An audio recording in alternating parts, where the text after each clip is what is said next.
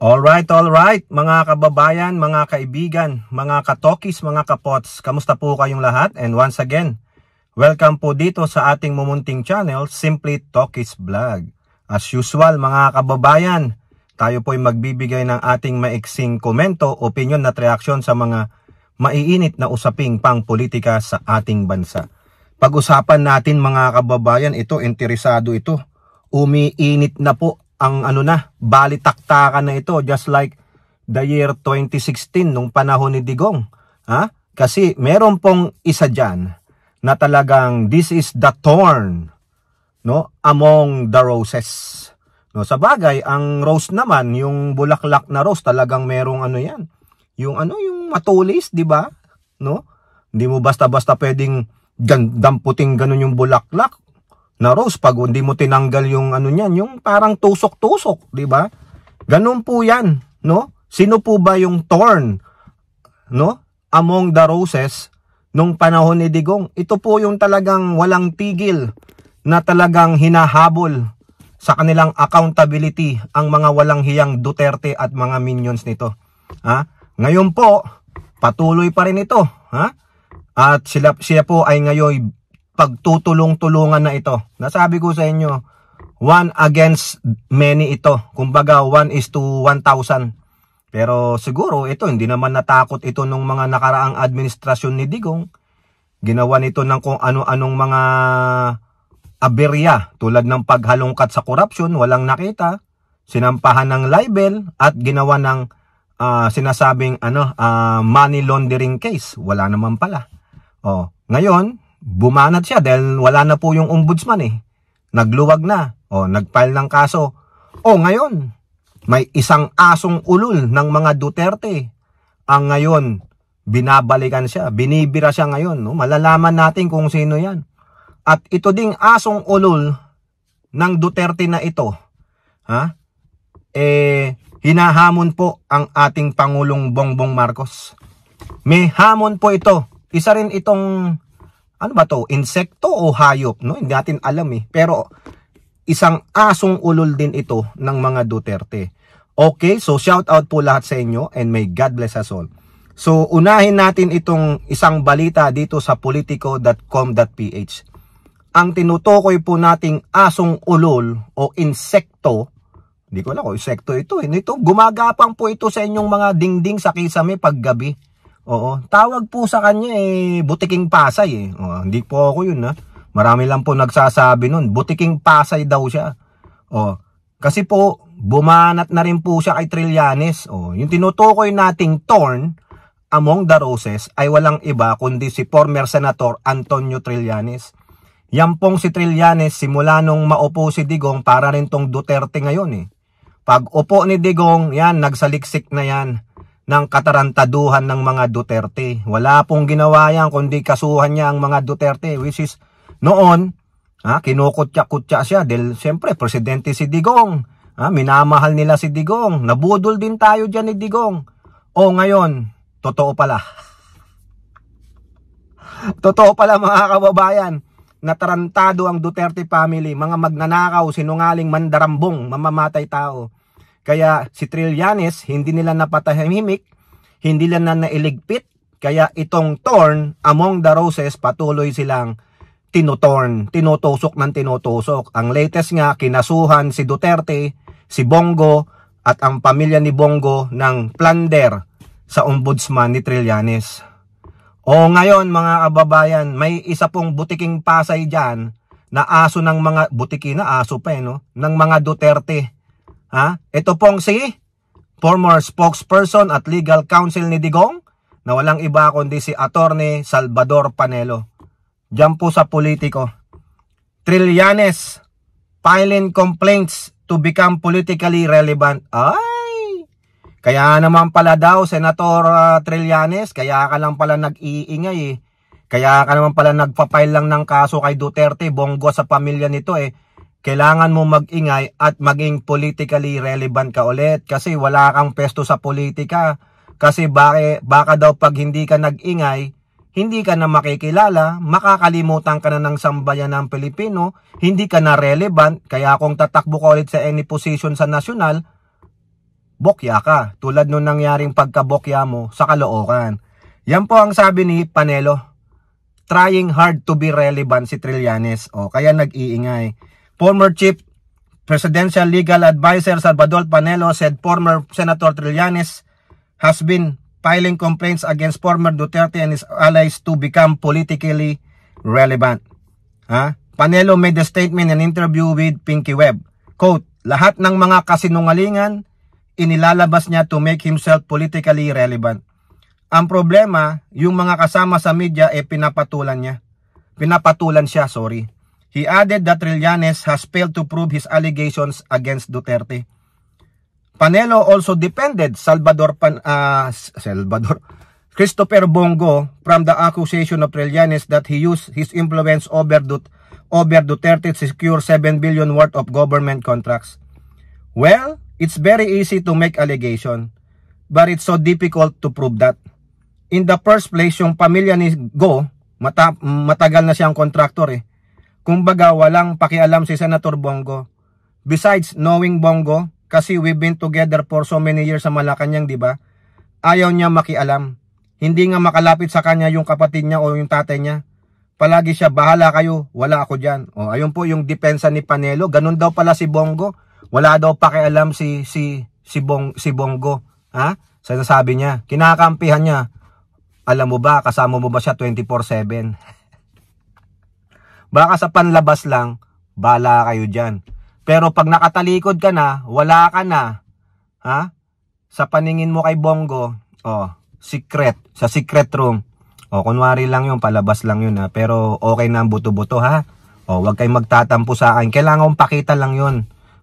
Pang ano lang yun, pang plastikan. Para makita ng madlang people in public na hindi ako nakikialam. Pero alam nyo na usapan natin. Okay na yan. Ganun po yan Hindi mo naman talagang masasabi maski na matagal kayong magkasama. Bakit?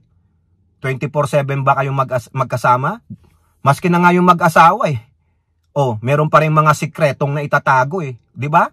Ikaw naman Panelo. Pero siyempre, kakampi mo, dedepensahan mo. Saka yung sinasabi nito na hindi daw mahirap patunayan, sa korte kayo mag-explain. Sa korte kayo mag-explain, hindi sa court of public opinion. Naipasa na Naipasa na. Ngayon, pag gumalaw na yan, then pag sinabi ng ombudsman na magkomento kayo, dilagyan nyo yung position nyo, and then magkita kayo sa korte. Kung may probable cause, pwedeng ilagay yan sa Sandigan Bayan. Doon kayo magdepensahan sa korte. Sa bagay dito, since kakampi ni Panelo at civilian naman siya, pwede siyang magbigay ng komento, gagawin niya. Pero in favor of Bongo. Kampihan tong mga to Siyempre kayo mga aso kayo ni Duterte. Panelo said what is important is that the projects went through proper bidding and were implemented according to what is in the contracts. May bidding naman yun There is a process for that kung maganda yung kanilang bid. Sila yung pinakamagandang offer. Bakit naman hindi sila kukunin ng gobyerno? Ang importante niyan, yung bang mga projects okay ba o hindi? Substandard o hindi? Yun ang issue dyan. Paano kung okay at hindi naman? Malalaman nga sa korte. Yung mga isinumente na mga dokumento, ganun kakapal po ni Trillanes, malalaman. Malalaman dyan sa korte, dyan magkakaanuhan dyan kung sino nagsasabi ng tama o mali. Kung mali si Trillanes, then kastiguhin natin. Pero kung mapatunayang totoo si Trillanes, kastiguhin natin siguro. Di po ba? Siyempre, mga kababayan, itong si Panelo, kakampiyan si Bongo. Ano yan right hand man ni Digong yan sasabihin niya mabait yan, ganito yan. Tulad na sinasabi ko, kasama mo ba 24/7 si Bongo? Bakit mo masabi yan? Yung, ulitin ko rin, yung mga mag-asawa nga di ba?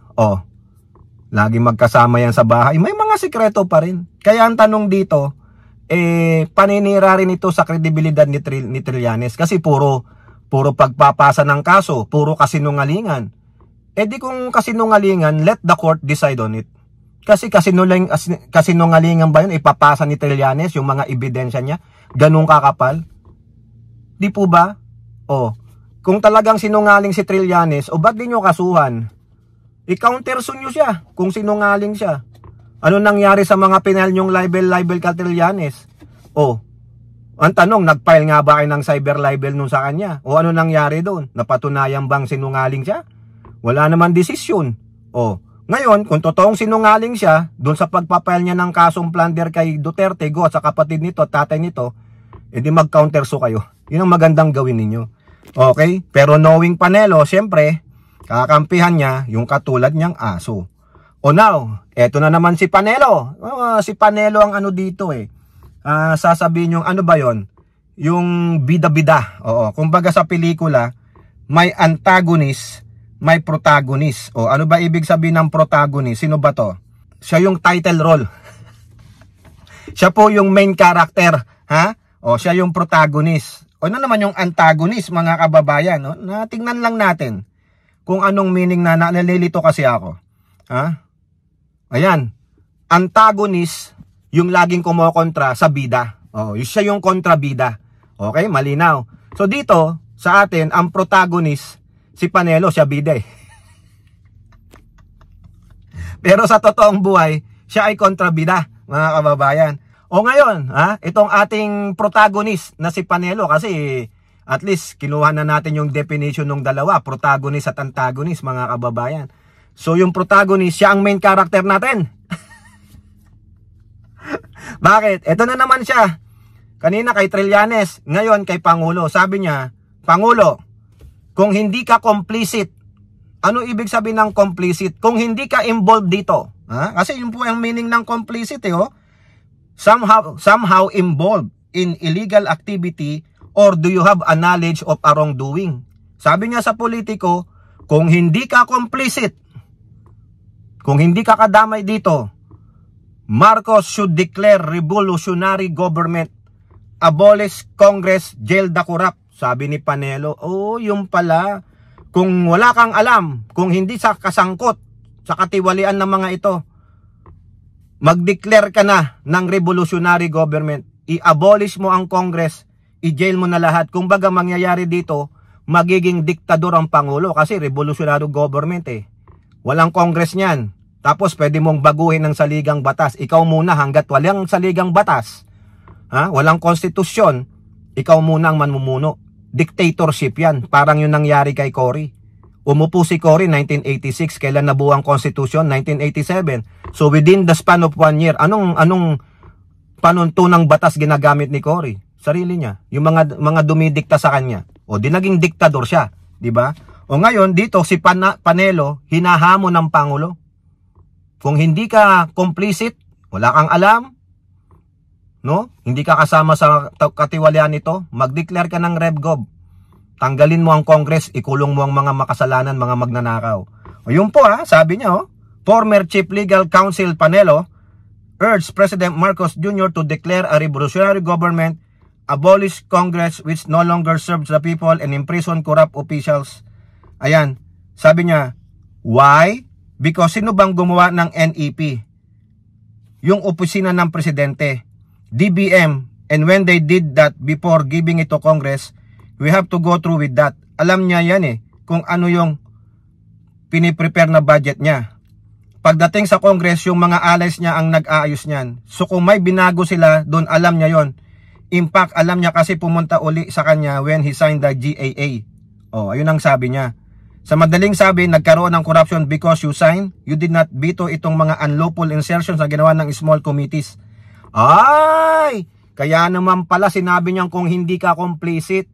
Ganun ba, Panelo? Ito gawin mo. I-impeach mo ang Pangulo. Oo, kasi hindi nyo pwedeng idemanda, immune sa lawsuit. I-impeach ninyo dahil pumirma siya sa 2025 GAA. Sinasabi nyo, corrupt ang GAA ng 2025. Then, file an impeachment. Ngayon na. Kasi ang tinutumbok nyo yung Pangulo. Hindi daw niya binito yung mga small insertion. Sigurado ka na hindi binito yung iba dyan? In good faith nga O ngayon, kayo mga sibilyan, na talagang gustong pababain nyo ang Pangulo, ba't yung ba hinahamon? Bakit nyo pa hinahamon ang presidente na mag-declare ng RevGov? Kung sinasabi mo na dito na may kasalanan siya, then impeach para hindi na matuloy na mamuno pa ang Presidenteng Marcos. Para matanggal. Sinong iuupo ninyo? Yung maskurakot? Ganon? O, di ba? Kung alam nyo naman palang hindi malinis eh. Sinisisi niya mga kababayan na si Pangulong Marcos ang may kasalanan sa kasi Pangandaman. Kasi binalik ang GAA. Ang sabi ni Pangandaman, in good faith. Hindi naman nila alam na kukurakutin yan eh. Sinabi nung mga nag-insert, parang si Escudero, o ito, may flood control ako sa Sorsogon o sa Amang Bayan.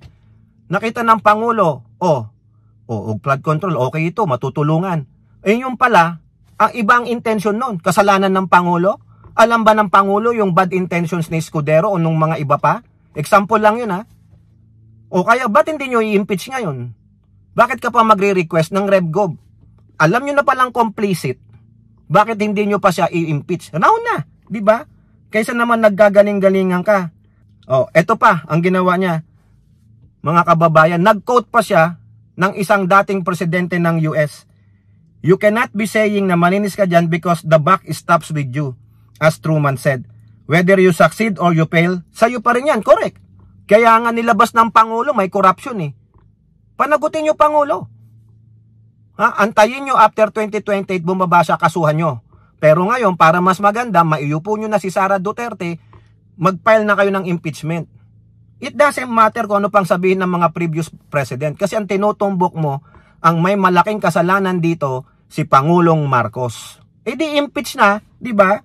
Dalawa lang yan kung bakit nagkaroon ng korupsyon. Either you allow it and you're a complicit o wala kang kaalam-alam na paglaruan ka ng nasa paligid mo. O yan, mamili kayo mga kababayan. Pero tinutumbok dito ni Panelo na may kasalanan ang Pangulong Marcos. Di ba? O, nakakahiya po. Isa lang yan eh. Gusto nila talagang tanggalin ang Pangulo. Oo. O ano pa sabi niya? Pero may solusyon dyan. Since you are the head of state, you are the president and the primary task of the government which you have, then you use your constitutional powers.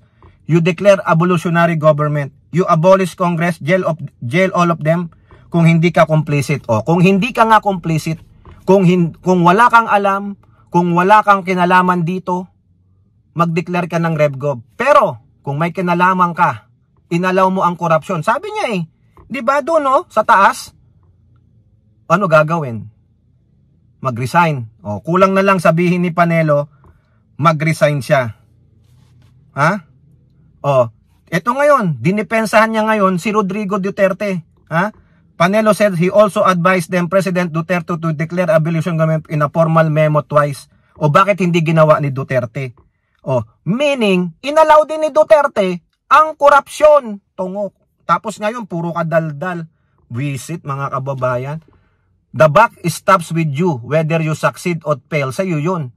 O ngayon, nilabas ng Pangulo na may korupsyon. Sino may kasalanan? Sabi mo, the buck stops with you, whether you succeed or fail.